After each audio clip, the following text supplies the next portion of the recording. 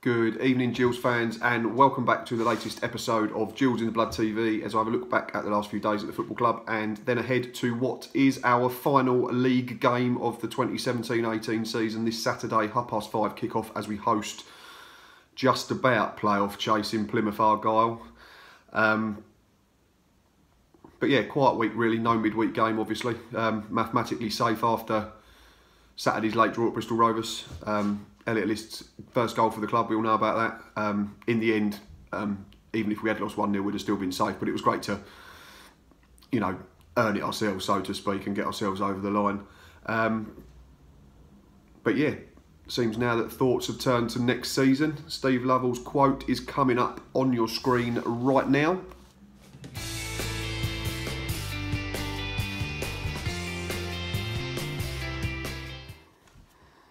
As you can see from the gaffer's quote, he is already thinking ahead to the summer, the rebuilding and the planning for next season.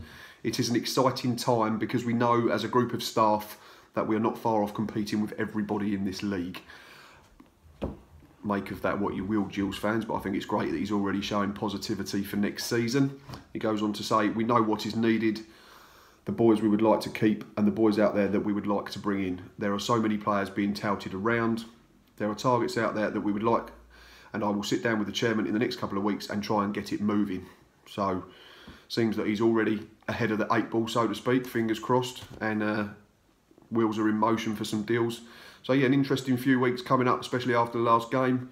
And yeah, looking forward to a very interesting summer. It'd be nice to see how Mr. Lovell goes about this because it's of his first proper transfer window. Obviously he had January, but it's always a tricky time to get players in, and we didn't do a lot of big business, did we? Bought a few names in to boost numbers, etc. But yeah, I think summer we'll see more in terms of how we think Mr. Lovell will want us to play and set up next season, which is fun times, I think.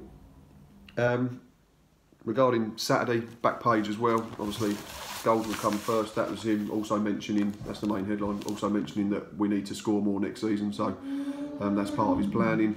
And then just a little bit down this side, no change for change's sake. He has already said that there will be not wholesale changes to the side for Saturday. He wants to remain consistent with his team selection. We have got what we wanted. We are staying in League One, and I will pick a team on Saturday that I think deserves to go out from a game that was last Saturday. There were players that didn't do themselves any justice, and there were players that did, and we will look at it this week and see who trains and who is up for it.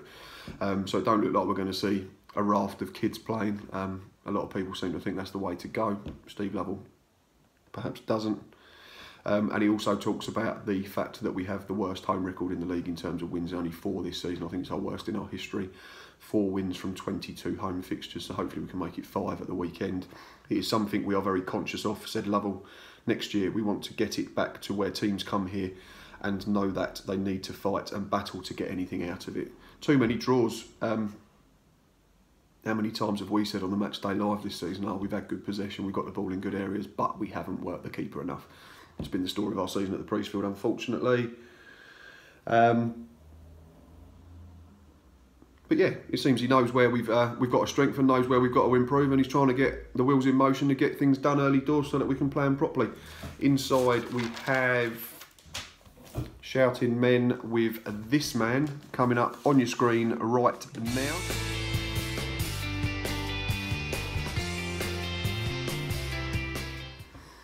That is, of course, our 6'9" giant Czech goalie, Tomas, who has had a really, really good season. He's talking about it in the Shouting Men column. First full season in professional football. I've never played so many games in one season. 40 odd now at the moment. It's like 2 seasons in the Czech Republic. For me, I have one problem. I'm a perfectionist. Most of the time, I'm unhappy with my performance on the pitch. Maybe after Charlton, I was really happy. Just 1 game out of 44. I think we have to start there if we're talking about Tomas and focusing on him a little bit. He's been absolutely first class all season. That Charlton game was ridiculous. He made save after save, kept a clean sheet, had to deal with flares being chucked at him from the away fans at the end of the game. And I said at the time on the Match Day Live and in the Monday review after that fixture that it was one of the best individual goalkeeping performances I can remember at the Priestfield in a long, long time. He was just that good that day. Everything went to hand, went safe. But you earn your luck, and he was really, really impressive. He's been really impressive all season. I think you could probably count the number of mistakes that he's made that have directly led to goals on a couple of fingers, but I can't think of anything off the top of my head, so that shows how good he's been.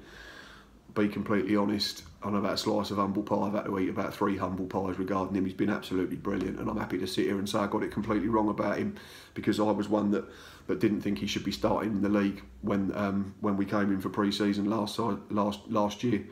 So he's proved me, he's probably proved a few others wrong as well. He's surely in contention for Player of the Year Saturday night, and I wouldn't be disappointed at all. I didn't pick him myself, sorry Tomas if you're watching, I went for the other Tom, that was Tom Eves. But I wouldn't be disappointed at all. I wouldn't begrudge him. If Mr. Holy picked up Player of the Year, I think it'd be well deserved. But he does say that he's knackered. To be honest, in the last month or so, I've been so tired that I've just been sitting on the sofa watching movies and football, and I'm happy at that because I don't have the energy for anything else. So he's going to go away, he says, back home, see his friends and family, keep himself in shape, and then come back stronger and fitter and ready to go for 2018-19. One question that did make me laugh in the little quickfire questions: one thing you would love to do? I don't know whether this is lost in translation due to the language barrier a little bit. Thomas's answer was, I would like dates with girlfriends, plural, not single. Fair play to you, Tomas. You've come over, you've been brilliant in goal, and now you're trying to crack on with loads of English women. All the best. But he, like I say, to sum up, he's been absolutely brilliant all season, and if he won Player of the Year, it'd be fully deserved. Right, a little bit now of news in brief, and then we'll start looking ahead to Saturday's game.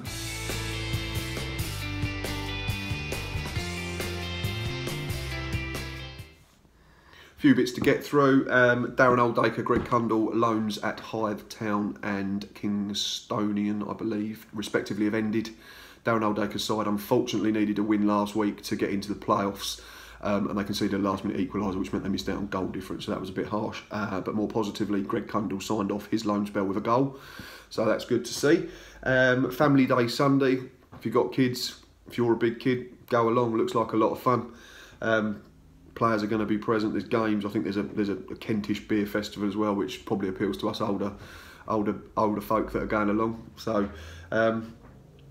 Ex-players and ex-managers in focus. Adebayo Akinfenwa, better known as the Beast, is back in League One, so we might see him at the Priestfield again next season in opposition, which is great to see. Brilliant picture on social media this week of him and Gareth Ainsworth, and it looks like poor Gareth Ainsworth's head's going to pop. Adebayo's arms are absolutely massive. I mean, they're bigger than my legs. Absolutely ridiculous. Absolute unit. Strongest man on FIFA for a reason. Adrian Pennock, last day escape again from relegation. His side lost against Chester, I believe, but they managed to stay up on goal difference. I think it was Woking that were the unlucky side. So, lucky charm, or just other side's incompetence again. I'll let you decide. And Mark Stimpson, him of 2009 promotion fame, unfortunately was in charge of his last ever game for Thurrock last week. They haven't found a buyer, so they're going out of business, which is a shame. And tomorrow, big one for the under-18s as they travel to MK Dons, and they need 1 point to secure the Merit League, which would be absolutely first-class achievement for all of the youngsters. Jack Tucker's the captain. I know a few of the other youngsters have played as well, so that would be a brilliant achievement for all of them. So good luck, fellas. Bring the trophy home. Right, that is enough news in brief, and now on to the matter of the big game on Saturday evening. Looking at the corresponding form of both teams, ours still makes horrendous reading, regardless of the last positive result last Saturday. We have drawn 5 and lost 1 of the last 6. We haven't won in 9. We've not scored a lot. We've taken 5 points from the last 18 available. And Plymouth, 1 drawn, 1 lost. They've taken 8 points from the last 18 available. But more interestedly, on the road, they've not won in 5. Lost in the week, a massive game at Glanford Park. They lost to Scunthorpe 2-0. So us at home, we've drawn 3 and lost 3 of the last 6. We've not won at home since January the 27th, which is why we've got the worst home record in the league in terms of wins, unfortunately. Drawn too many again. On the flip side, they've not won away since the 17th of February, so it sounds like draw written all over it if you go by statistics. But it looks like it's going to be a massively open game. Plymouth need a 6-goal swing with Charlton Athletic. They need to win and hope that Charlton lose heavily. to have any chance of just pinching that top 6 space on the last day of the season. So for me, it looks like it's going to be a massively open game. They're going to have to come out all guns blazing. I know they weren't really attacking in the week. I think there was a few people on Twitter mentioned they played Ruben Ramirez and Graham Carey out wide from the sides, changed their shape a little bit just to get more attacking players in. Ultimately, it didn't work, but fair play to their gaffer, whose name escapes me at the moment, as caretaker manager. At least they're having a go. That's an absolute lie. Scunthorpe's got a caretaker manager. So if there was a bloopers video, that'd be in it, but I'm going to carry on. Graham Carey, for them, is going to prove to be a big threat. He's got 15 goals in 47 games this season, multiple assists as well, been absolutely first class. I suppose the only worry for Plymouth fans would be if they don't go up, is there a chance that he moves on for decent money in the summer? I would say yes, probably. In terms of our team news, no Aaron Morris, no Billy Bingham. Reece Murphy, Frank Musa have got to be doubts. Not seen them for weeks, which is a shame because we've not really had a proper look at them in terms of whether they're worth new deals at the end of the season. But fingers crossed, Steve Lovell seen enough of them in training. Team selection for me, based on what Mr. Lovell has said and what I would like to see as well. I wouldn't make loads of changes. We want to win and end the season on a high at the end of the day. I would go changing goal again. Based on what Tomas has written in the paper this week, he's knackered. Tom Hadler deserves another chance for me. We are safe. He can play with freedom. I'd go Tom Hadler in goal, Bradley Garmston at left back, Luke O'Neill at right back, Max Amar, Gabriel Zakwani as centre halves. In front of that, I would go with the same two sitting. That'd be Callum Riley and Mark Byrne. I'd play Lee Martin in front, and then from the sides, I'd make a couple of changes. I would play Navid Nasseri from the left and Elliot Liss from the right, and I'd have Tom Eaves as the lone striker. Just nice to have. I'd like to have a look at them two from the start, Elliot List and Navid Nasseri. And if they're playing in tandem with Lee Martin, I think that three behind Tom Eaves could be quite fluid. They could all play from either side. They could all play through the middle. So that would what I'd be I would like to have a look at. And in terms of a bench, I would go Thomas Holy, Ben Nugent, Connor Ogilvie, Jake Hessenthaler, Scott Wagstaff, Josh Parker, and Connor Wilkinson. I know I've done myself here because, as you are aware, me and Dave have had a long running battle throughout the season. Dave said that Tom Eaves would get to 15 goals. He has. I said Josh Parker would get 12 goals. He's on 11 and I've dropped him for the final game of the season. But hopefully he can come on and get a late winner. In terms of a prediction, let's have some fun. We can play without any fear. We can play with a lot of freedom. Plymouth are going to have to come and be open from the off because they need to score a lot. I am going to go for a 3-2 Gillingham win. Let's end the season. You know, cricket scores, rugby scores. It should be fun, shouldn't it? Hopefully the sun will be out. We can all enjoy ourselves.